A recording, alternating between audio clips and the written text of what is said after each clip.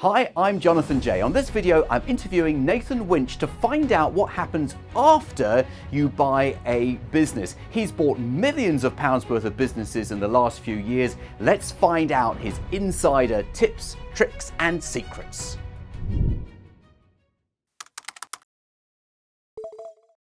Now, if you're serious about buying a business, in the video description below this YouTube video, there is a link to a brand new free training program, no cost whatsoever. If you watch that training program, it will give you the essentials of business buying. And if you love this type of video, then like the video, subscribe to the channel, and click the notifications bell, and you will receive a notification the next time I release a brand new video on buying a business. So Nathan, welcome back for part 2 of our interview. And I thought in this session, we can talk about what happens after you've bought a business and talk about your philosophy and approach to integration, either integration of the businesses or just the back office of the business, and also exits as well. I'd be very interested to know your experience of selling a business. So what would you say are the most important parts that require your attention as the new owner of a business once you've bought the company? Well, one area I think is probably company culture. Obviously, this will depend on the size of the business, but you can often have clashes of culture, particularly if you already run a business and you're buying another business, and the people in these businesses, cultures, it's something I've never really thought about until sort of quite recently, where actually that can really be a bit of a resistance in terms of integration and things like that. So that's a big thing to look out for and to manage. The integration in general. So you talk about back office systems, it can be an incredible amount of time and effort taken to actually get to grips with the system, and as I said in the previous podcast, access systems, procedures, making yourself, if you've got anybody in the business that's going to take over roles in the new business, obviously getting that handover is incredibly important, making sure the business owner or the previous business owner sticks around to iron out any kinks, basically, which is incredibly hard when you've made them multimillionaires and they just want to go. I was going to say they've already booked the world cruise. That's it. They do, yeah, often. And you see the dust as they as they run out of the building. Yeah, choking on that dust. Yeah. So absolutely. So the people, the culture is absolutely essential. The handover period. Do you ever designate a minimum handover period, or do you play it by ear? Well, typically it's at least the length of the deferred payments, if there are any, for me anyway, just because whilst I'm getting to grips with the business, or whilst my team are getting to grips with the business, that entire period, it could take up to 6 months before certain things come out of the woodwork. Yeah. So typically 6 months as a minimum. Although having said that, I have had one handover that was a few weeks, only because the business was integrated so beautifully with one that we already own that it almost didn't need a handover. Okay. But other than that, as one exception, yeah, as long as possible, to make sure that the I'm not saying the ex-business owner needs to work in the business per se, and they shouldn't if I've bought the right business. But having them around just helps with little things, handovers, accounts, passwords, that sort of thing. Yeah, it's interesting idea, actually, tying it in with the duration of any deferred element of the purchase price, because it's kind of psychologically you're keeping them on side, aren't you? And they feel like they have a vested interest in making sure the business is successful because they've got that payment coming up, rather than nothing to do with me anymore. It's now your obligation to pay me, regardless of what happens. So it keeps them close. It maintains a relationship, doesn't it? Yeah, and I've never been unlucky enough to have a business owner that's like that. It's your problem now, whatever. In fact, a lot of them, I say a lot of them, 2 or 3 of them have sort of wanted to be involved in the business post handover, period, where they've said, I want to get, because they're passionate, and so much so one of them actually didn't want me to change the name of the business. It was his sort of surname. and I wasn't going to anyway. But he's quite passionate, but he does remind me when a deferred payment's coming up. I get the email. I said, well, you need to pass it on to the finance team. No, I just thought I'd drop you an email. But yeah, because they did the deal with you. They did the It's deal with very me. personal That's for them, right. isn't So it? they're just an email a couple of days before, like clockwork. So yeah, but they see that the business has to continue to be successful for me to pay, even though I have to pay if it's successful or not in a deferred payment situation. They still want to make sure. I've been quite lucky with some of my sellers. Basically, they've been quite passionate and very helpful. So others not so helpful, but none have been sort of out the door, gone, not wanting to do anything with it. So yeah, I've been quite lucky in that regard. Sure. And finances. How do you take control of the finances? So we've got an incredibly fantastic. This is one of the things that I've centralised, is the finance function in general. So we do that from our office for all the businesses. So we've got a credit controller, finance manager, and a commercial director that are all central. So they work for our business, and they sort of take over. They're veterans in their field, so that tends to work quite well. Again, I guess it comes back to deal team, doesn't it? So that operational handover is very easy. These are sort of, we'll say, they've been through the wars. They're not young people without experience, so they can take over all different systems, Sage, Zeros, all that sort of stuff, and we can just adopt it really quickly. So I think that in terms of the finances, it's one of the things we get on top of straight away, looking at things like, right, what are all these massive string of direct debits? Which ones do we actually need? Cancel all of them, and anything that's important, we'll get a phone call. So sort of kind of blitzing it like that to make sure we conserve the cash in the business, especially in situations where I've used some of the cash in the business, particularly for things like, don't know how much you know about transport, but for the operator's license, having a certain amount of money in the bank per vehicle in order to operate. So we're very conscious of that. So yeah, finance is incredibly important anyway, but particularly in situations where we've got regulated businesses as well. Yeah, sure. I've seen that in construction as well. Yeah, It's different sort of same principle. So okay, that's interesting. And just for my own interest, because I had a terrible string of bad luck with, with finance directors, and Tim, our videographer, who's filming this, will testify to the atrocious bad luck we had with some of these guys.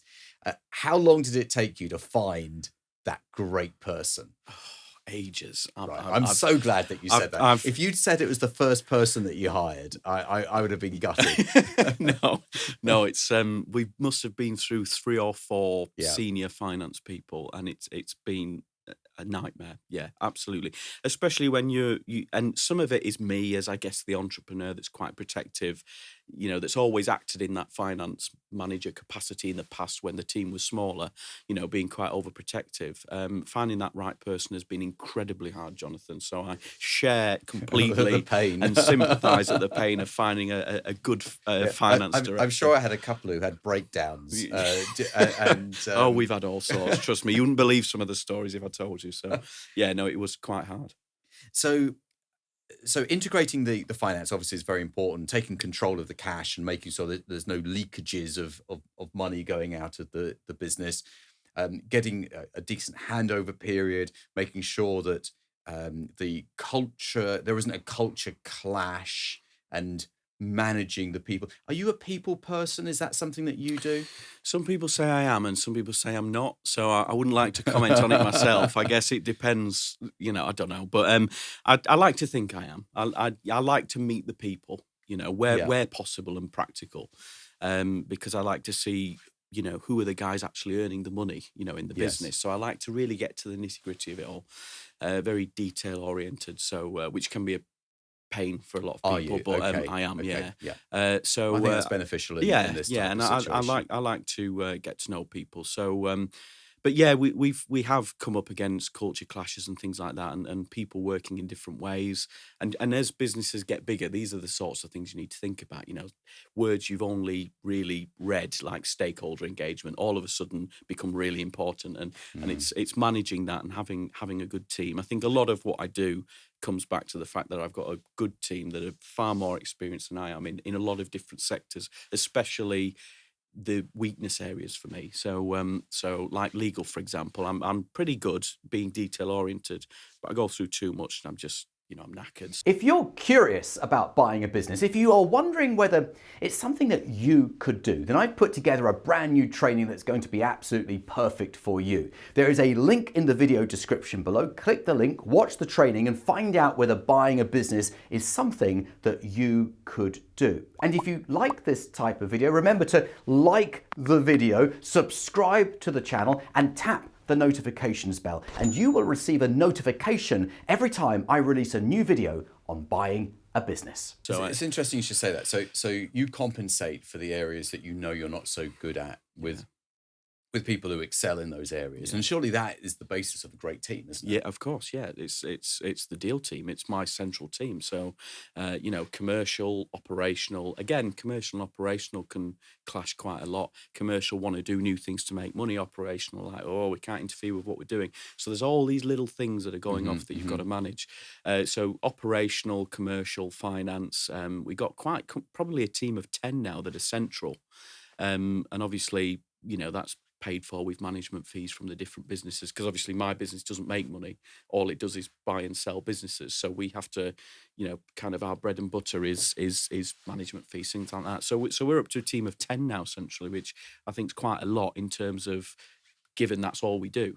But yeah, it fills in the skills gaps and things like that. And I would imagine that there is capacity in that team of 10. So you could do additional acquisitions, but your head office overhead remains the same, remains consistent. Yes. And I think that's important because it's that utilization of the head office, isn't it? And if you could do X number of acquisitions totaling X million of annual revenue, but your head office stays the same, your profitability effectively goes up. Yeah, we could probably 1.5, 2 times the capacity if we really stretched it. Really? So yeah, we're running lean, but we've got the capacity. Yeah, so it sort of works. Yeah, great. And do you buy and rebrand? Do you keep the branding of the businesses? Do you do it on an ad hoc basis depending upon possibly the reputation of the business that you've bought? What's your approach? So a bit of both, which I know is quite a political answer, but we tend to, for the majority of our acquisitions, we keep the branding because there's some brand affinity, or they're known in the local area or whatever it is. It might be it's beneficial for us not to rebrand, particularly when for some of our businesses, they're landlords as well for the freehold properties. So we don't want to ruffle the feathers of relationships with really key people. So a lot of the time we keep it the same. However, in quite recently we've invested in an infrastructure business, a sort of a electric vehicle charging business, and what we're doing with that is to grow that. We're buying businesses which make sense vertically. So we're looking at buying an electrical contractor. Yes. But in that situation, we probably will rebrand because there's not a lot of brand affinity per se in the businesses that we're targeting, and we're trying to build this brand right. So we want all the different stakeholders to all be branded. So a bit of both. You could increase the overall value of that, couldn't you? Exactly, yeah. Trademarks, things like that, intellectual property. So yeah, we do a bit of both. But traditionally, we've always just kept the name. We only target profitable, good businesses. We don't like turnarounds. We've accidentally done one before and it worked. But I've accidentally bought a turnaround. Yeah, well, this is profitable, not as profitable as what you said it was. But so we've had a turnaround, but we do target profitable businesses. So in that case, there's no real need to fix what isn't broken. Exactly, and you can break things quite easily by very thinking easily. that you're fixing them. Yeah. So I agree, and I like your philosophy of buying successful, profitable businesses that make money from day one, even when the owner isn't there, which is the philosophy that we subscribe to here at Dealmakers. And I also have the same opinion about turnarounds. I've done turnarounds and actually been really, really successful, and I've had turnarounds where I've given up. And realised that it was never going to happen, and everything was against me, and it just wasn't worth doing. have you had your fingers burnt on a turnaround, which is why that's not your thing, or maybe it was never your thing? Yeah, so we've had a successful turnaround and a not so successful turnaround. And I think the thing is they're very capital and time intensive, Yes. you know, and we've ended up buying the business efficiently from a cost perspective to just dumping loads of money into it post transaction anyway. yeah. So what was the point? And then that return on investment, whilst positive, actually, if that money would have been invested over here or Yes. we'd have reduced our leverage over there, would have been a better return. So, you know, you live and learn, but it happens sometimes. You can't avoid it. Sometimes you can do as much due diligence as possible and something will always, you know, Must be something. sideline you or something. Yeah. So it's it's quite unfortunate. It was, one of them was successful, really successful. So we can't complain, but I don't like doing turnarounds. I prefer to buy the established profitable businesses where we can add value sort of strategically with what we already own, rather than go to the great effort of just knackering the whole team trying to do a turnaround. It's not what we do. It's not really in our skill set. And you're right. It's a different skill set. I mean, I always say to people, especially for beginners, people buying a business for the first time, avoid the £1, the $1 deal, because it may look an amazing bargain because you're not paying anything, but you're going to be paying in time, energy, stress, sleepless nights, maybe putting money in. So it looks like you're not paying anything, but you will pay. Yeah. So this philosophy of, buy a business for $1, for £1, turn it around, become a hero, make a fortune. I mean, that is such a flight of fancy. It's just not based in reality. No, it's sort of pie in the sky, isn't it? Especially for people, and often the people thinking that are the ones that haven't got a lot of experience. So it's kind of like, well, that is the worst place to start for somebody who hasn't done an acquisition, even a business owner that started from scratch. In terms of turnarounds, it is so skills based, you know, time critical, all the rest of it, all the nasty stuff, all in a great big bag. You know, it's the worst place to start. Buy something profitable, increase your own business by buying a competitor or a supplier or something like that. Exactly. Don't go into turnarounds. That's another piece of advice I give from my experience. Yeah, don't do it. I'm completely with you on that. So we've got acquisition criteria. We talked about culture. We've talked about the money. We've talked about branding and integration. What other things do people need to consider when it comes to after they bought the business? Maybe they bought a couple of businesses. What should they be thinking about? Well, if they've already integrated, I'd say, well, what's the plan? You know, what's the exit strategy? If that's what you're looking to do. I mean, we're very transactional in terms of we buy stuff in order to sell stuff. That is what we do. So maybe I'm probably speaking from a little bit of a different field. But I'd say, what is the plan? Are you looking to build your business bigger? Are you looking to exit? Because there are things you ought to really be doing if you are looking to exit. The way you format the business, who's in the business, you know, are your team in the business? So for me, when we buy a business, I make sure that my team, our business, is sort of, I know the typical cliche of working on it, not in it, but I don't want any of my team to become operational in their role within the business that we've bought, because then I can't sell it unless they're happy to go. So I think it's that traditional age-old, make sure you're redundant completely from the business, so that if you're run over tomorrow, the business still operates. And we go to great lengths to buy businesses that are not owner operated. And if they are, again, it's a lot of work to make them not owner operated. And we haven't got the time to run businesses. So we need to buy things that are sort of perfect anyway in that regard, in order to then be able to resell or actually add value in an effective way without having to run the business as well.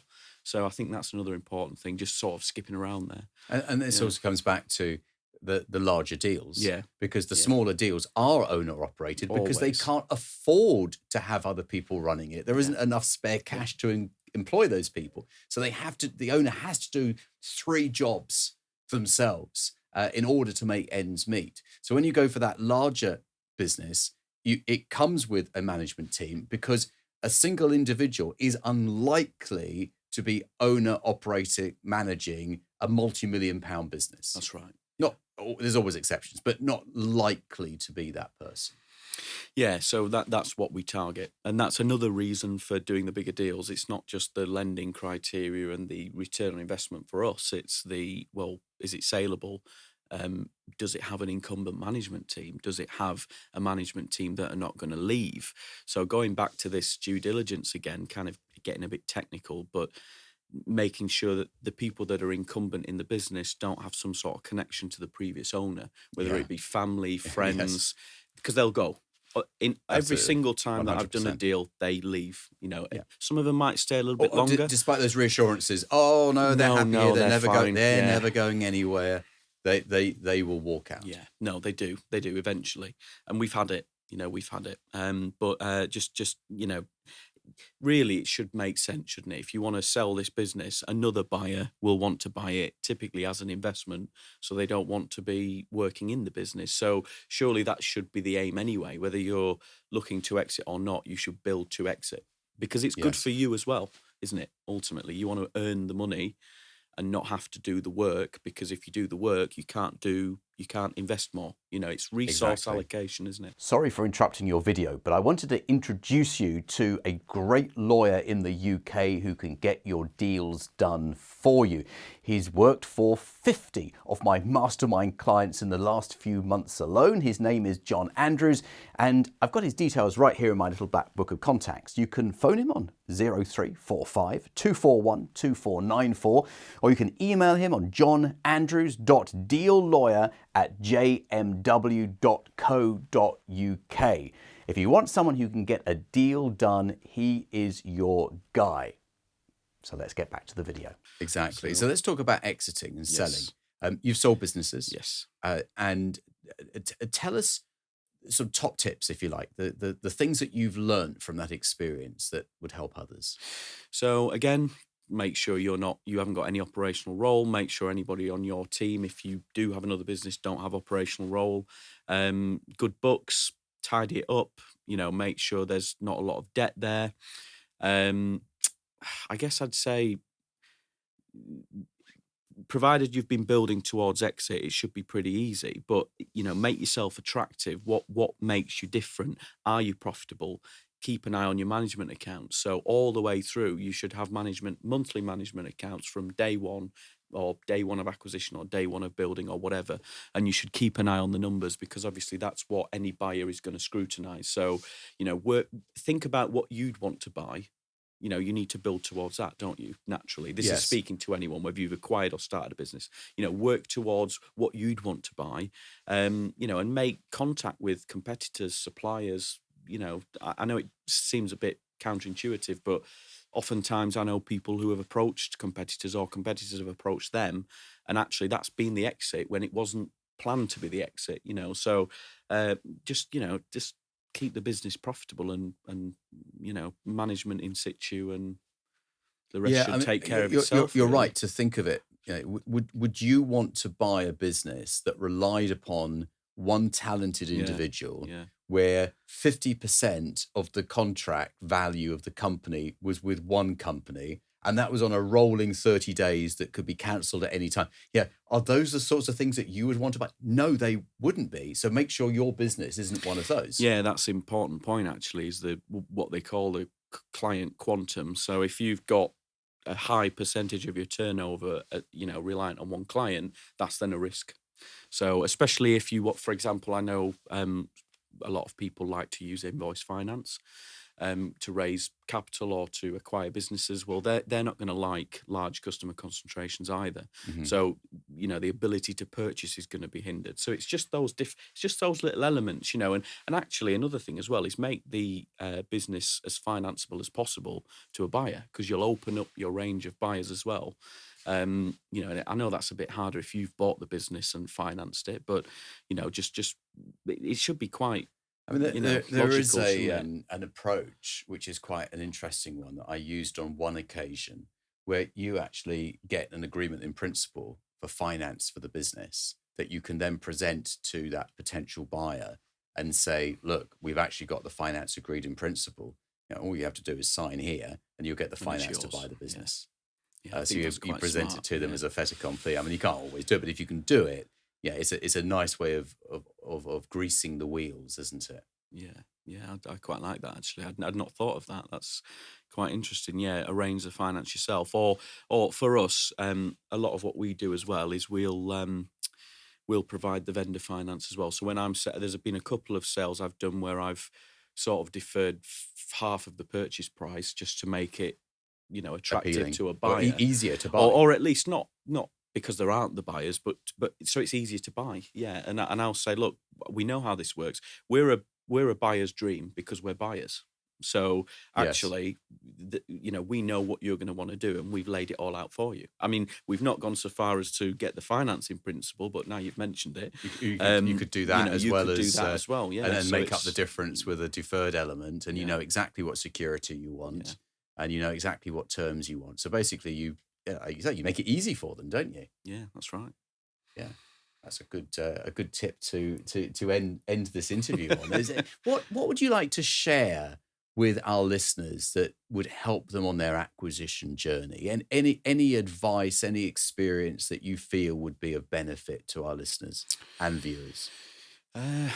Build a deal team, I think, or at least they don't have to be on the team, but for me, there's the three main elements. There's a good commercial solicitor, a good accountant, and somebody commercial who knows the industry that you're in, especially if you don't know it yourself. So one of the things is, I didn't know some of the industries that we work in. So what we do is we buy that expertise in. So our commercial director, for example, is 25 years served in the industries that we buy in. So it's quite important to have that deal team to amplify your deal making ability. So for me, the sorts of deals we do now, I couldn't do on my own. Well, simply because of the sheer amount of hours, but also the different expertise as well. So I think having a good team for me is my mantra. That is, you've got to get the team first if you can.